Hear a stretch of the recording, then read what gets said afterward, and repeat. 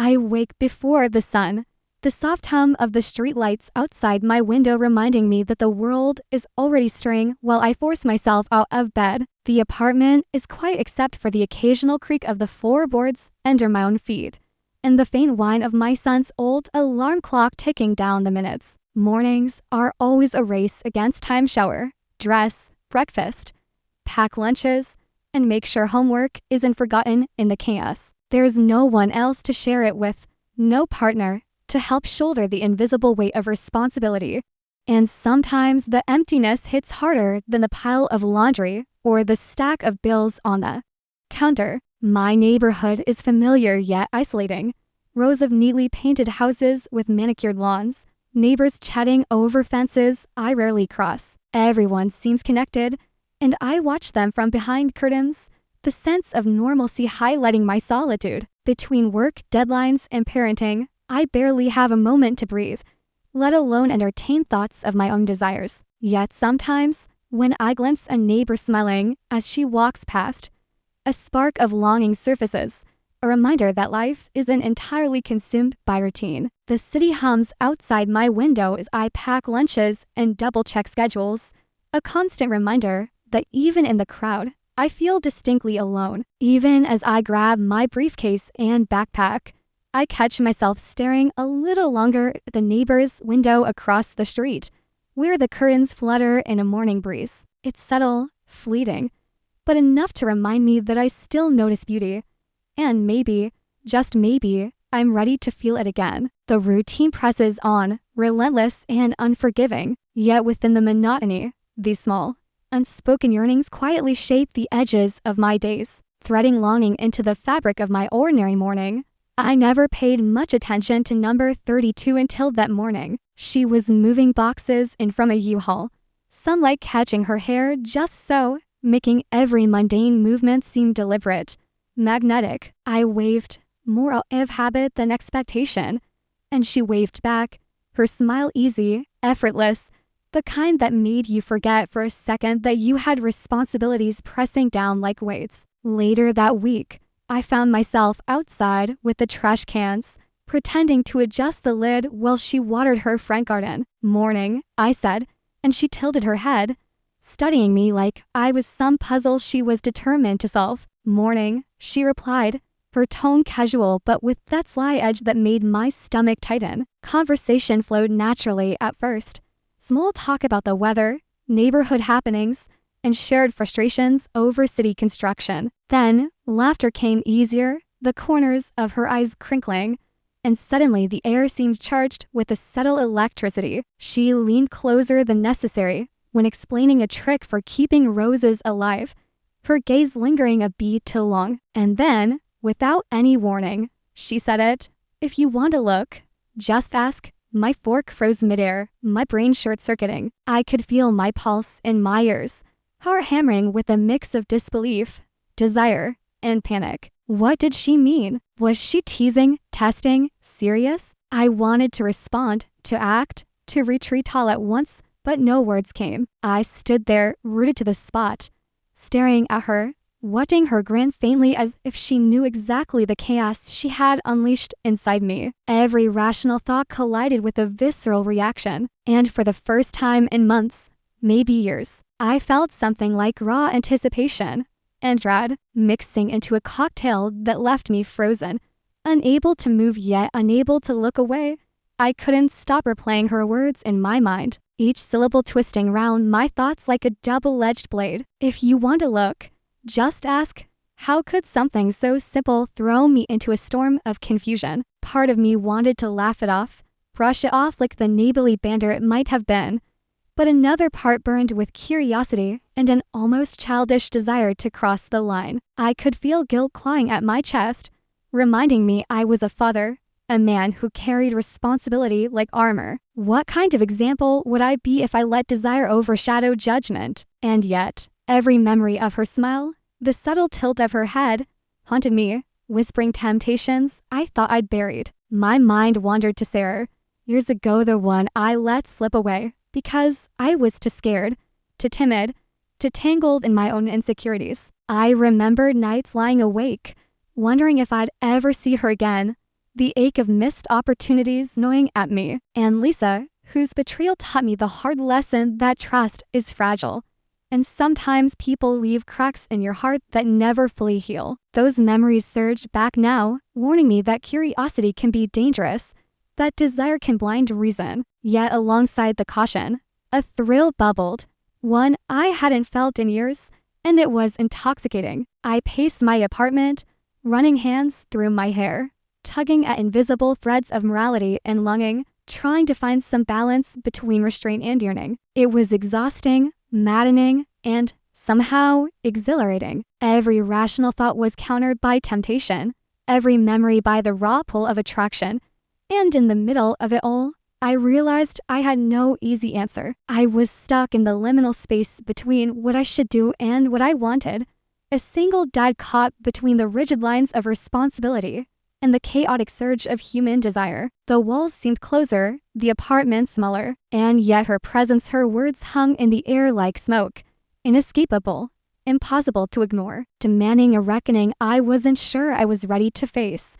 Every time I stepped outside, I found myself scanning for her, almost unconsciously. It wasn't just the casual waves or the polite nods. There was something in the way she lingered at the mailbox, the way her eyes would catch mine for just a fraction longer than necessary. One morning, I noticed her adjusting a loose strand of hair while pretending to water her plants, and my stomach tightened as if she knew exactly the effect she had on me. The subtle arch of her brow, the faint smirk when our paths crossed, it all felt deliberate. A silent game I wasn't sure I wanted to play, but couldn't resist. Walking past her house, I caught myself hesitating, choosing my words carefully, measuring my tone, afraid a slip would reveal the whirlpool of thoughts spinning inside me. Even when I pretended to focus on the grocery bags in my hands, I was acutely aware of her presence, aware of the tension coiling tighter in my chest. The neighborhood, once mundane, became charged with the electricity of anticipation, every passerby a blur except for her, who seemed to exist solely to pull me into this complicated orbit. I found myself rehearsing casual conversations, imagining what I might say if I dared push the boundary even slightly. Yet each glance from her was like a tug of war, excitement and fear warring in equal measure. By the time I retreated back inside my apartment, my palms sweaty and heart racing, I realized that these small, seemingly innocent moments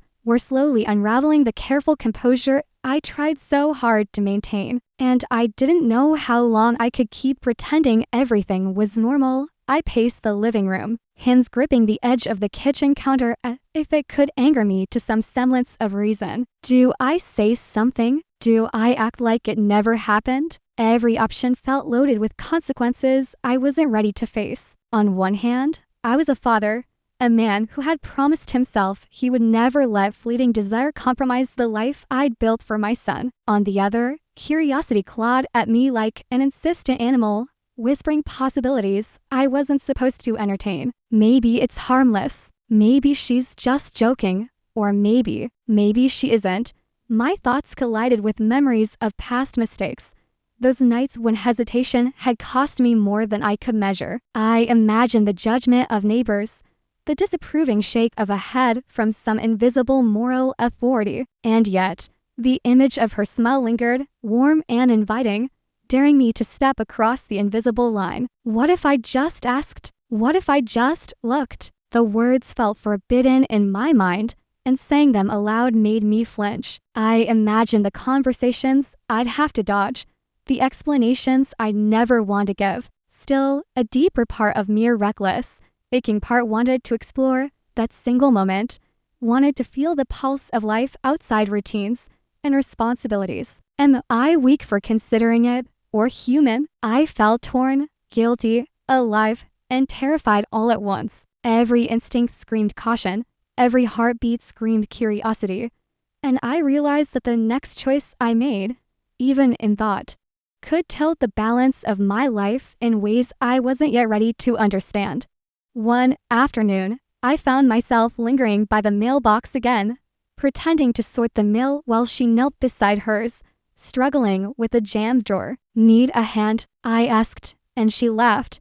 That soft, genuine laugh that made everything feel lighter. We started talking, first about the mailbox, then about small frustrations, broken sprinklers, noisy neighbors, and the endless errands that made our days blur together. Soon, conversation slipped into parenting, the challenges of homework battles, the quirks of picky eaters, the endless cycle of school drop-offs. I found myself sharing stories I'd never told anyone about my son's stubborn streaks, my late nights helping with science projects, the little victories that often went unnoticed. She nodded, offered advice, and laughed with me in a way that made me feel seen, not judged. For a moment, the tension of her earlier comment faded, replaced by warmth and understanding. There was a vulnerability in her to a small story about her nephew's mischief, the way she missed certain connections in her own life, and I felt a surprising kinship. It wasn't just attraction anymore. It was the simple, human relief of being understood,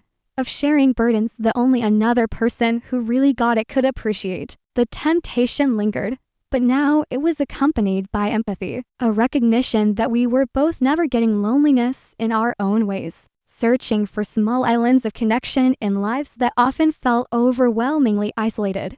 One evening, she invited me to help carry groceries up the stairs, and as we reached her apartment, her laughter faded into a quiet sigh. I hesitated, sensing a change in her demeanor, and she looked at me, eyes softer, almost haunted. I didn't mean to scare you earlier, she admitted, voice barely above a whisper. It's just, I've been alone for a long time. People don't really notice you when you're quiet.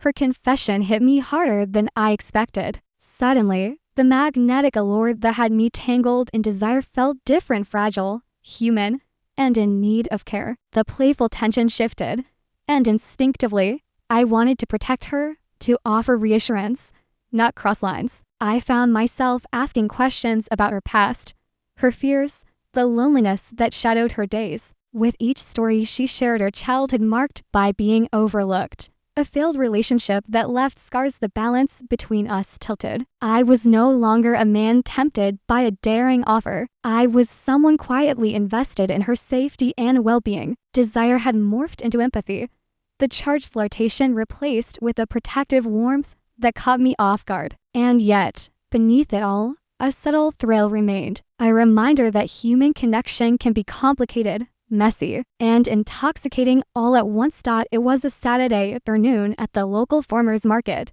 and the square was crowded with families, joggers, and neighbors I only vaguely knew. I spotted her across the stalls, balancing a basket of fruit while talking animatedly with a vendor. Our eyes met, and she gave me that same teasing smile, just enough to make my chest tighten without anyone else noticing. She leaned close to explain something about the apples, her fingers brushing mine ever so slightly as she handed me a sample. My heart jumped, and I felt a wave of heat rise across my face. Keep it together. Everyone's watching. Just act normal. I repeated the mantra in my head like a prayer.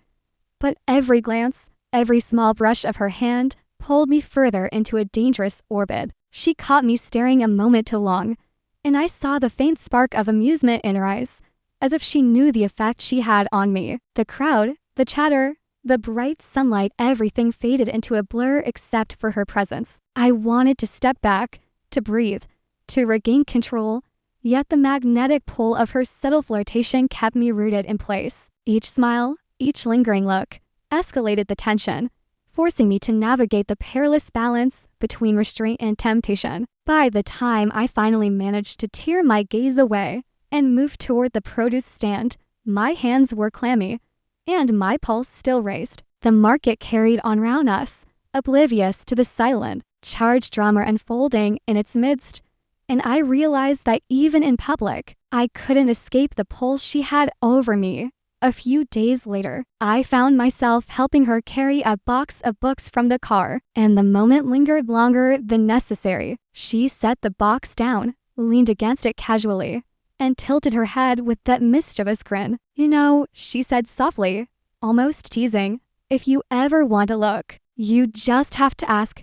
My stomach lurched, a mix of dread and curiosity making it hard to breathe. Part of me wanted to brush it off, to laugh it off as impossible, But another part, the part I didn't often admit, even to myself, flickered with intrigue. Could I? Should I? What would it even mean? The questions tumbled through my mind like a storm, each one heavier than the last. I imagined the thrill, the danger, the boundary I might cross, and yet, beneath it all, the guilt and responsibility anchored me, reminding me I wasn't free to act without consequences. She watched me carefully, her eyes dancing, reading the conflict etched across my face, and that silent challenge made my pulse spike. I felt the weight of possibility pressing down, the intoxicating fear of missing out swirling with desire. And in that tense, suspended moment, I realized just how dangerously alive I felt, caught between the temptation she dangled and the life I was sworn to protect. A battle of restraint versus longing that left me frozen yet undeniably drawn in. That evening, after everyone else had gone inside, I found myself on her balcony, the city lights stretching endlessly beneath us. The air was warm, carrying the faint scent of her jasmine plants, and for a moment, the world felt suspended. She leaned casually against the railing, looking at me with that same playful, challenging expression. "So, you going to ask?" she teased softly, the words carrying more weight than I expected. My mind raced, 1,000 possibilities flashing at once, the thrill, the danger, the guilt, the temptation, but I also felt the gravity of who I was, what I had to uphold, the life I had to protect. I inhaled, studying myself, and chose to respond with careful humor, letting a small, wry smile curve my lips. "I think I'll have to settle for just enjoying the view," I said, voice steady but tinged with warmth. The tension didn't vanish entirely, it lingered in the electricity between us, but I felt a rush of clarity, a satisfaction in asserting boundaries without extinguishing connection. Her eyes softened, and for a brief moment, I saw vulnerability and respect mirrored back at me. The flirtation remained, playful and alive, but the power had shifted. I was no longer trapped by desire alone. Instead, I felt present, engaged, and oddly triumphant, aware that I could enjoy this closeness without losing myself. That night, the city lights flickered below, and I realized that self-respect could be as intoxicating as any forbidden thrill, leaving me exhilarated, grounded, and ready for whatever would come next. She leaned back, her playful smirk fading into something softer, more genuine. "You know," she said quietly, "I wasn't trying to tempt you just for fun. I wanted to see if you could handle it, if you respect yourself and your life the way you should." Her words hit me like a gust of wind, a mixture of relief, admiration, and a strange warmth I hadn't expected. Suddenly, the teasing tension transformed into something richer: recognition of boundaries, a mutual understanding that neither of us needed to cross lines to feel alive. I realized she wasn't testing me to manipulate me. She was holding a mirror, showing me that desire didn't have to override integrity. The embarrassment, the longing, even the guilt I carried evaporated, replaced by respect and quiet connection. We laughed softly, the tension lifting, and for the first time in weeks, I felt a sense of balance or thrill without compromise, a bond built on honesty and trust. In that moment, I understood that sometimes the most powerful moments of connection come not from giving in, but from holding steady, asserting your worth, and discovering that the universe has a way of rewarding integrity. That night, after returning to my quiet apartment, I sank into the couch and let the day's events wash over me. My heart still raced, but it was tempered by a steady warmth, a sense of clarity I hadn't felt in years. I thought about her teasing smile, the subtle tension, and the way I had chosen to respond, not with reckless abandon, but with careful, deliberate restraint. I realized I felt stronger, more grounded, and oddly proud of myself. Desire had been acknowledged, yes, and the pull had been real, but I hadn't allowed it to compromise who I was or the life I'd built for my son. The balance between temptation and integrity felt like a quiet victory, a personal justice that left me simultaneously exhilarated and contemplative. I smiled at the thought that boundaries could be thrilling and that connection didn't always have to cost me my principles. Even in the bittersweet ache of what might have been, I felt respected, empowered, and reassured that I could navigate the complexities of human desire without losing myself. Weeks later, our interactions settled into a comfortable rhythm, a blend of playful teasing and genuine conversation. I found myself looking forward to the brief exchanges at the mailbox, the shared smiles over neighborhood errands, and the easy laughter that had once felt impossibly distant. There was a subtle shift between us, something unspoken, a trust that had grown from that delicate balance of boundaries and curiosity. I noticed the warmth in her greetings, the thoughtful gestures she offered without expectation, and I realized that what had begun as a dangerous tease had transformed into a genuine connection. Perhaps there would be more in time, a romance nurtured slowly and thoughtfully, or maybe this bond would remain a rare, treasured friendship built on respect. Either way, the tension and temptation of the past had been replaced by understanding, mutual regard, and quiet joy. Standing on my balcony that evening, I felt a sense of calm pride. I had navigated desire without compromise, embraced my values, and found connection that enriched rather than endangered my life. The city lights stretched before me, and for the first time in a long while, I felt that the world held possibilities that were thrilling, honest, and entirely my own.